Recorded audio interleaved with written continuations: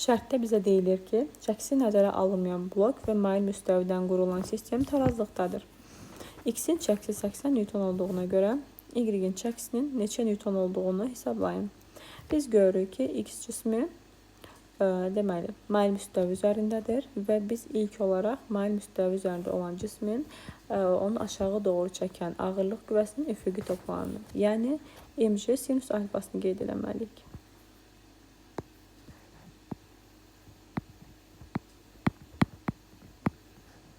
mc sinus alfa bərabərdir. X cismi üçün yazıram.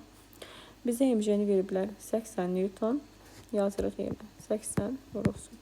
Sinus alfanda h-ın elə olan nisbətindən tapırıq. Bizə h-ı veriblər 1, elde verib 4. Eləcək 4-də 1. Bu da bərabərdir 20.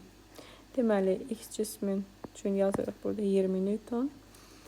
Deməli, E-nipdə eyni qüvvə burada olacaq 20 Newton. Yeni gəlirik E-nipdə eyni qüvvə. Bu da 20 Newton. E-nipdə eyni qüvvə. Bu da 20 Newton. Və burada görürük tərpənən bloku 2 tarazlıqda saxlayır. Deməli, Y-in çəkisi olacaq 40 Newton.